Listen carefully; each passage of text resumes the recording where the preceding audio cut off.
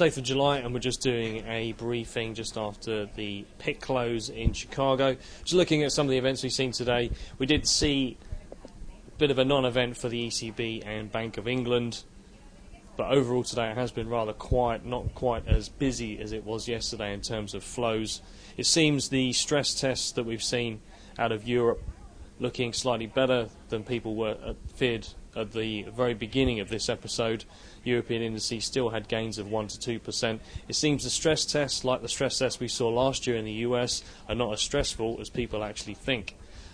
Now that some of that uncertainty is out of the way, the market has seemed to be trending slightly higher. US indices at the moment, the Dow Jones is up 0.4%, although it is worth noting the Nasdaq 100 is underperforming slightly. It's down around 0.25%. That's been weighed on by Apple. Worth noting now, Apple as well is actually 20% of the Nasdaq 100, and because of that, their shares have ticked down slightly due to the signalling problem that we've been seeing over the past couple of weeks with their iPhone. Apple coming out and saying it may be a hardware problem now. Elsewhere, we've seen the weekly jobless data. That was better than expected. We saw the weekly DOE inventory numbers. Crude, we saw a big drawdown. WTI at the moment is actually up $1.50, trading at $75.50. And we saw a refunding announcement. Well, that was as expected for 3s, 10s and 30 years. $69 billion sold there. And also we saw a strong 10-year TIPS auction.